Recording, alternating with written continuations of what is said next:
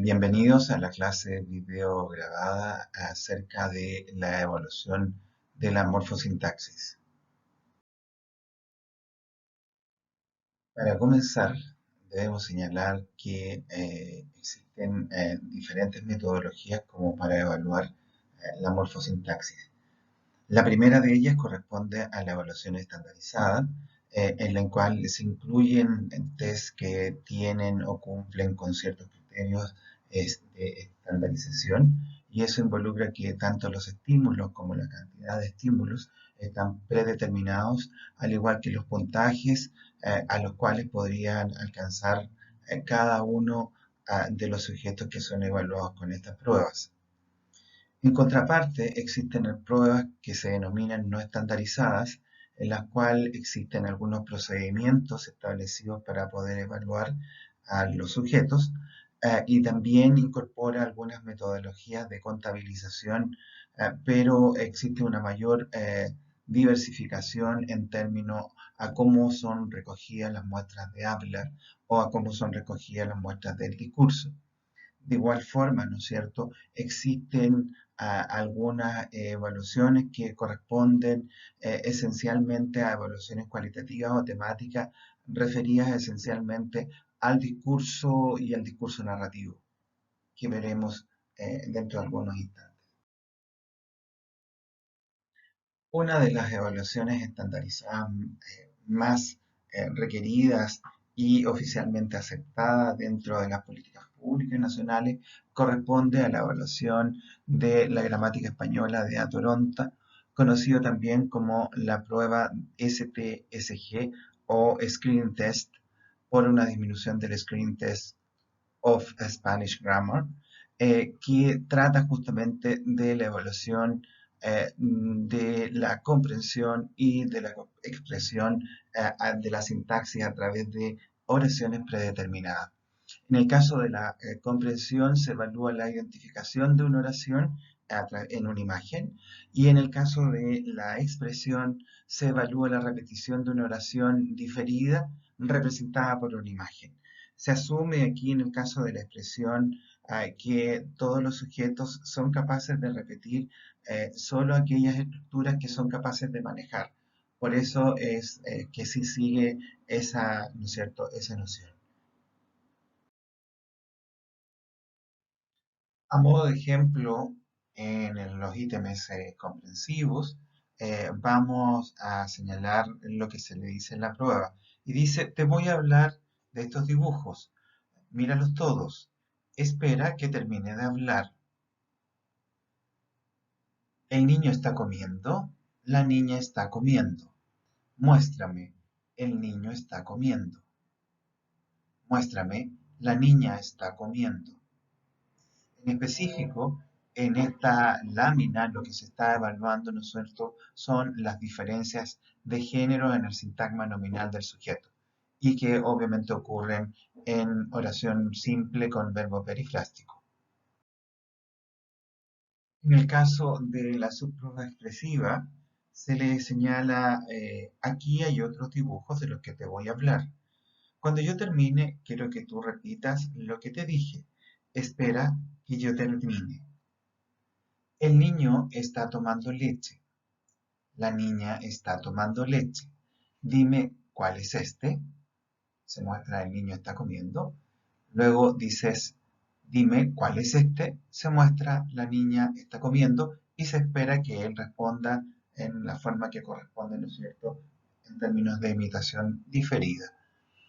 Esta subprueba lo que evalúa específicamente son, al igual que el anterior ejemplo, en el caso de las pruebas receptivas, las diferencias de género en el sintagma nominal del sujeto y obviamente la correspondencia con el artículo que va asociado unido a él. Tanto la prueba expresiva como la prueba comprensiva está compuesta por 23 ítems de evaluación, ¿ya? Y que se deben pasar, ¿no es cierto?, completos como para poder determinar el nivel del niño y el nivel en que se encuentra, ¿de acuerdo?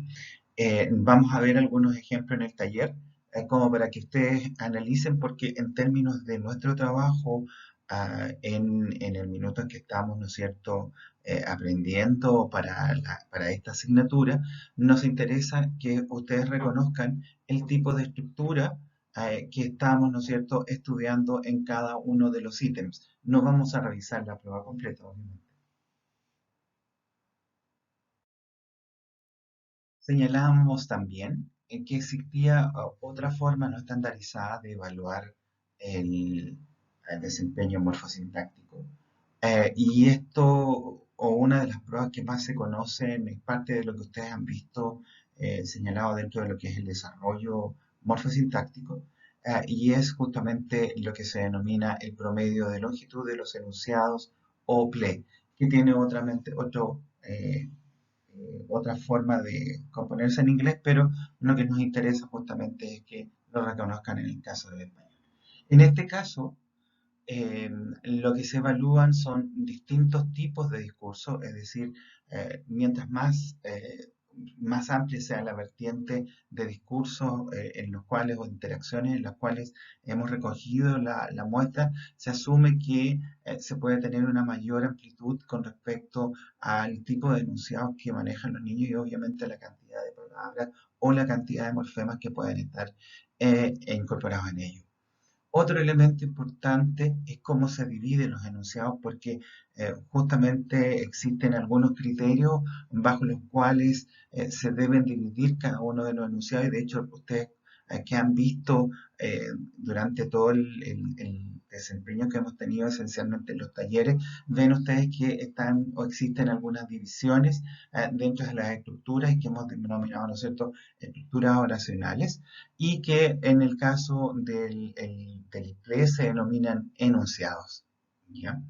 Frecuentemente dentro de la técnica, en términos de la cantidad de enunciados, generalmente se asume que son una cantidad determinada de enunciados, y esa cantidad determinada de enunciados son los que nos sirven justamente como para realizar este análisis.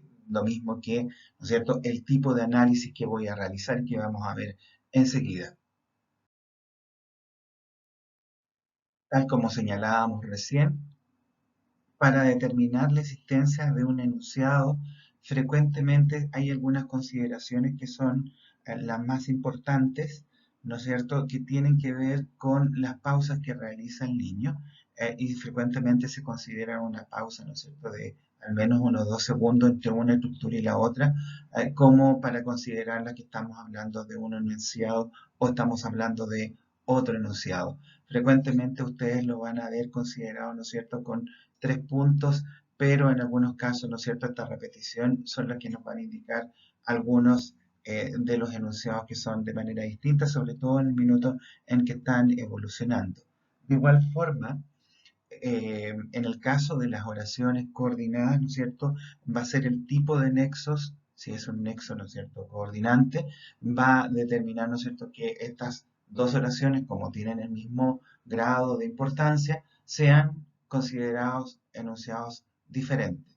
De igual forma, aquellos que están unidos, ¿no es cierto?, por un nexo o por un relativo que es coordinante y estamos enfrentados frente a una oración compleja, va a ser considerado dentro del mismo enunciado, es decir, no van a ser enunciados diferentes. Con respecto a la cantidad de enunciados, se señala internacionalmente que la fórmula más directa como para poder tener una imagen más certera de cómo se está comportando el niño, debería ser a lo menos contar con 100 enunciados como para poder tener un promedio realmente significativo. Sin embargo, hay otros estudios que han ido señalando que en realidad se puede realizar una aproximación del promedio a través de la presencia de 50 enunciados o, ¿no es cierto?, en 30 minutos de interacción, que también podría darnos un aproximado de lo que pudiera estar rindiendo el niño en términos de la longitud de los mismos, y eso, ¿no es cierto?, nos va a indicar directamente entre cierto rango de edad cuánto es el desarrollo que podría tener este niño a nivel morfosintáctico. Tal como ven ustedes en la imagen, hay dos metodologías para la contabilidad de las estructuras internas dentro de los enunciados.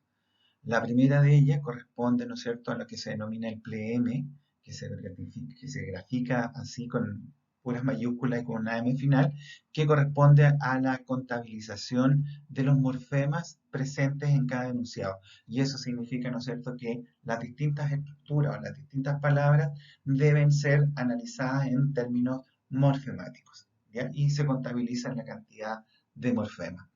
Sin embargo, hay otros estudios que son los estudios que se han realizado en la actualidad que dan o han dado gran importancia a la contabilización de palabras presentes en cada enunciado.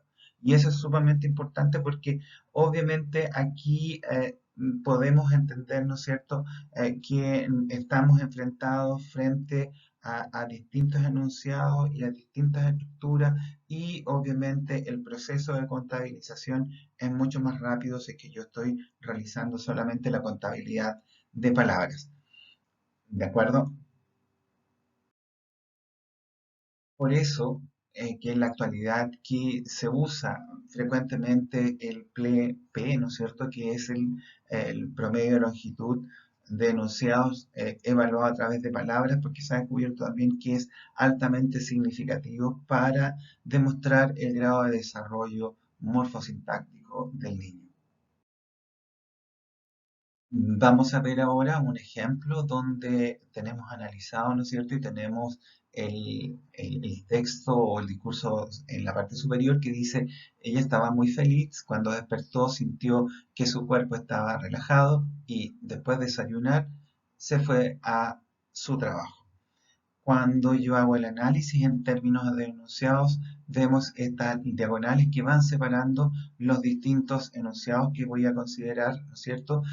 Es así, ¿no es cierto?, que al principio tengo una oración simple, después tengo, ¿no es cierto?, otra oración que está unida por un i, que en este caso es un coordinante, y después viene otra estructura oracional que también está, ¿no es cierto?, unida por este coordinante que está uniendo estas dos oraciones. Y lo que podemos señalar, ¿no es cierto?, es que aquí podríamos encontrarnos frente a tres enunciados, que son los que justamente vamos a analizar ahora. Una cosa importante cuando nosotros vayamos a hacer este análisis, puede ocurrir en algunos casos, en algunos niños, en los cuales nos encontremos con palabras que son ininteligibles o parte del enunciado que es ininteligible, sin embargo se aprecia que hay un enunciado como tal.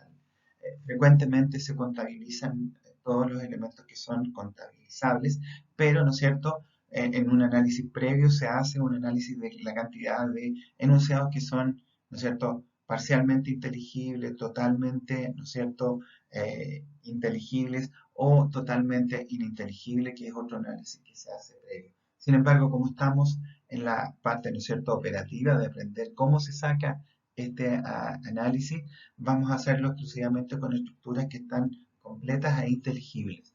Tal como señalábamos recién, ¿no es cierto?, veíamos que existían ah, tres enunciados. Por lo tanto, ahora lo que vamos a hacer es la contabilidad de cada una de las palabras que se encuentran en los enunciados. Y la contabilidad se realiza, ¿no es cierto?, con todas aquellas palabras que son inteligibles y que tienen, tal como se señala, ¿no es cierto?, un significado conceptual o gramatical. En el caso de del primer enunciado, ¿no es cierto?, ella estaba muy feliz. Tenemos, ¿no es cierto?, cuatro elementos o cuatro palabras que forman este enunciado. En el caso de del segundo enunciado, cuando despertó sintió que su cuerpo estaba relajado, encontramos, ¿no es cierto?, que esta estructura o este enunciado tiene ocho palabras. Y finalmente, ¿no es cierto?, en el caso del último enunciado, también podemos contabilizar ocho palabras. Y si ustedes se dan cuenta, el elemento coordinante no se contabiliza. Bien. Para este estudio del promedio de longitud de enunciado, no se contabilizan los elementos que son, ¿no es cierto?, coordinantes. Bien, ¿cómo se realiza la contabilidad del promedio de longitud de los enunciados? Tal como dice ahí, ¿no es cierto? La contabilidad o el PLE se establece, ¿no es cierto?, como resultado de la división de la suma total de las palabras que yo he encontrado, ¿no es cierto?, en todos los enunciados que he realizado, y es una suma, ¿no es cierto?, que se divide por el número de enunciados, ¿ya? Por eso es que si yo tengo, ¿no es cierto?, en este caso tengo solo tres enunciados, pero es porque estamos justamente en un estudio del aprendizaje, ¿no es cierto? Pero lo que uno debería encontrar, ¿no es cierto?, o son 50 o son 100 enunciados como para poder hacer este análisis. En nuestro caso, que es nuestro ejemplo, ¿no es cierto?, tenemos que del resultado de la suma, ¿no es cierto?, de los 6 palabras, las 8 palabras siguientes y las 8 que siguen, tenemos, ¿no es cierto?, una contabilidad o una suma total de 20 palabras en todos nuestros enunciados, que son divididos por nuestro número de enunciados, que en este caso son 3, ¿no es cierto?, y eso equivale a un PLE, ¿no es cierto?, a un promedio de longitud de enunciados de 6,6. O sea, yo podría esperar de que a lo menos, ¿no es cierto?, los enunciados que componen las estructuras discursivas de esta persona, ¿no es cierto?, que está emitiendo este discurso, sea aproximadamente de 6,6, y eso me permite extrapolarlo también a su desempeño en otro tipo de actividades. Debemos señalar, ¿no es cierto?, que tal como lo vieron en la presentación que hubo justamente antes, con respecto a la evolución del desarrollo de la producción de oraciones, el PLE es una medición tremendamente importante entre los 2 años y los 4 años, porque nos sirve como indicador de cómo va evolucionando el niño en términos de la cantidad de elementos que componen su discurso, y eso nos podría indicar también cómo están movilizándose, ¿no es cierto?, las distintas estructuras y cómo se van desarrollando ellas dentro de los distintos componentes discursivos. También podríamos señalar que existe otro tipo de análisis que es bastante importante, que también se realiza en algunos otros tipos de discurso. Cuando yo estoy haciendo, ¿no es cierto?, este análisis, puedo hacer una medición que es exclusivamente numérica, que corresponde al PLE, pero también puedo hacer una evaluación cualitativa del discurso. Y dentro de la evaluación cualitativa yo puedo considerar, ¿no es cierto?, los distintos tipos de oraciones que yo puedo observar en el caso del sujeto, los distintos tipos de nexos, ¿no es cierto?, que yo puedo encontrar dentro de este discurso, y, ¿no es cierto?, también contabilizar las distintas estructuras que están constituyendo cada una de las oraciones. Como en este caso, ¿no es cierto?, si es que yo hago un análisis, por así decirlo, eh, simple de todo lo que se observa en nuestro caso ejemplo, puedo señalar, ¿no es cierto?, que existen oraciones simples, ¿ya? Específicamente, ¿no es cierto?, que son algunas oraciones que cumplen con un predicado que es de tipo pronominal.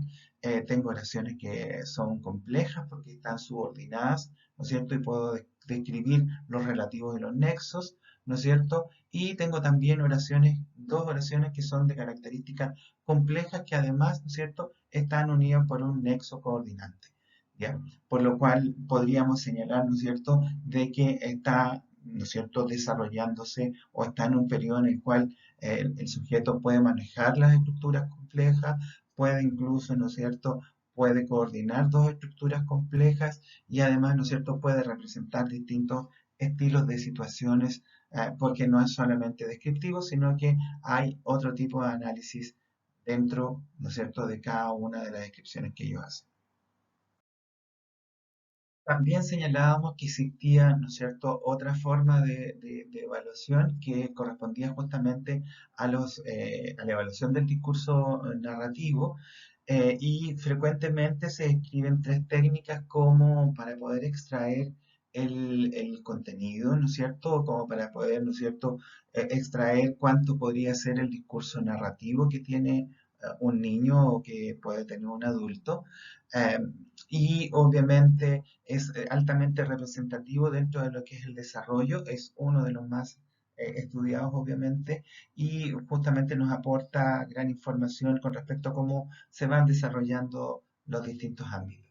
Las tres técnicas con las cuales suele eh, realizarse la recogida de información respecto al discurso narrativo corresponden, ¿no es cierto?, a la utilización de láminas con secuencias temporales en las cuales hay un cuento, hay un relato, hay un recontado a partir de un cuento leído, como por ejemplo el cuento de la ardillita glotona, que es ampliamente difundido y que es uno de los más reconocidos en términos de técnica de recontado, en el cual yo le cuento un cuento, ¿no es cierto? Le leo un cuento al niño y el niño me reproduce este cuento y este cuento, ¿no es cierto?, es recogido mediante técnicas de grabación y después es analizado de acuerdo, ¿no es cierto?, a lo que nosotros podíamos determinar en términos de los tipos, ¿no es cierto?, la cantidad de enunciados, ¿no es cierto?, y algunos otros elementos que vamos a describir ahora.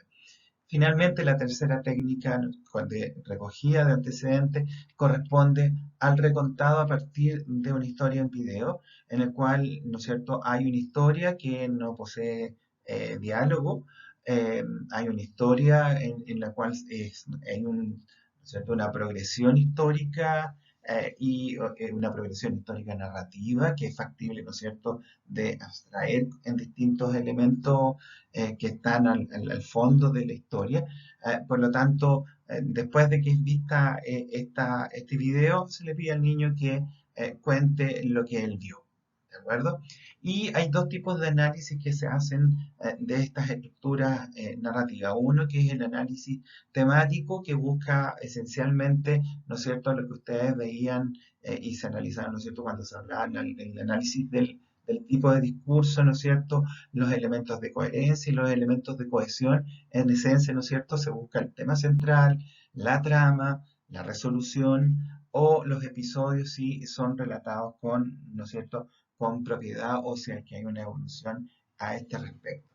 Y también, ¿no es cierto?, aparte de este análisis temático del discurso narrativo, yo también puedo hacer un análisis descriptivo, ¿ya? Que tal como señalábamos, ¿no es cierto?, en el análisis sintáctico que se realiza incluyendo distintos tipos de discurso, en el discurso narrativo yo también puedo utilizar, ¿no es cierto?, este análisis descriptivo donde voy a hacer un análisis de los tipos de oraciones que presenta, ¿no es cierto?, el tipo de relativo, nexos, conectores que utiliza para, ¿no es cierto?, presentar la información, los mecanismos que utiliza como mecanismos de cohesión, ¿no es cierto?, las anáforas que hay, ¿no es cierto?, o los mecanismos de unión que utiliza, y también, ¿no es cierto?, puedo llegar inclusive a hacer un análisis de los tipos de verbos, ¿ya? Porque hay algunos verbos, como algunos autores que señalan como verbos mentales y otros que son netamente descriptivos.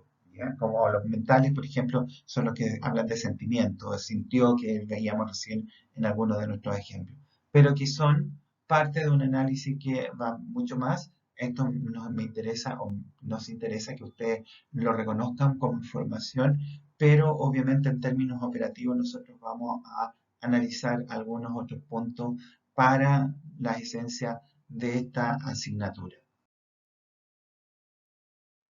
En síntesis, para los propósitos de esta asignatura, podríamos señalar, ¿no es cierto?, que existen dos métodos o dos metodologías más importantes de evaluación de la morfosintaxis, una que es estandarizada y otra que no es estandarizada. Generalmente lo que se mide en la evaluación no estandarizada es la longitud de las estructuras o de los enunciados, ¿no es cierto? También se hace un análisis morfosintáctico descriptivo, en esencia, ¿no es cierto?, tipos de oraciones, tipos de nexos, métodos de cohesión o mecanismos de cohesión más propiamente, y, ¿no es cierto?, un análisis temático específicamente en el discurso narrativo. ¿De acuerdo? Bien, hasta aquí llegamos a la clase video grabada de hoy. Nos vemos.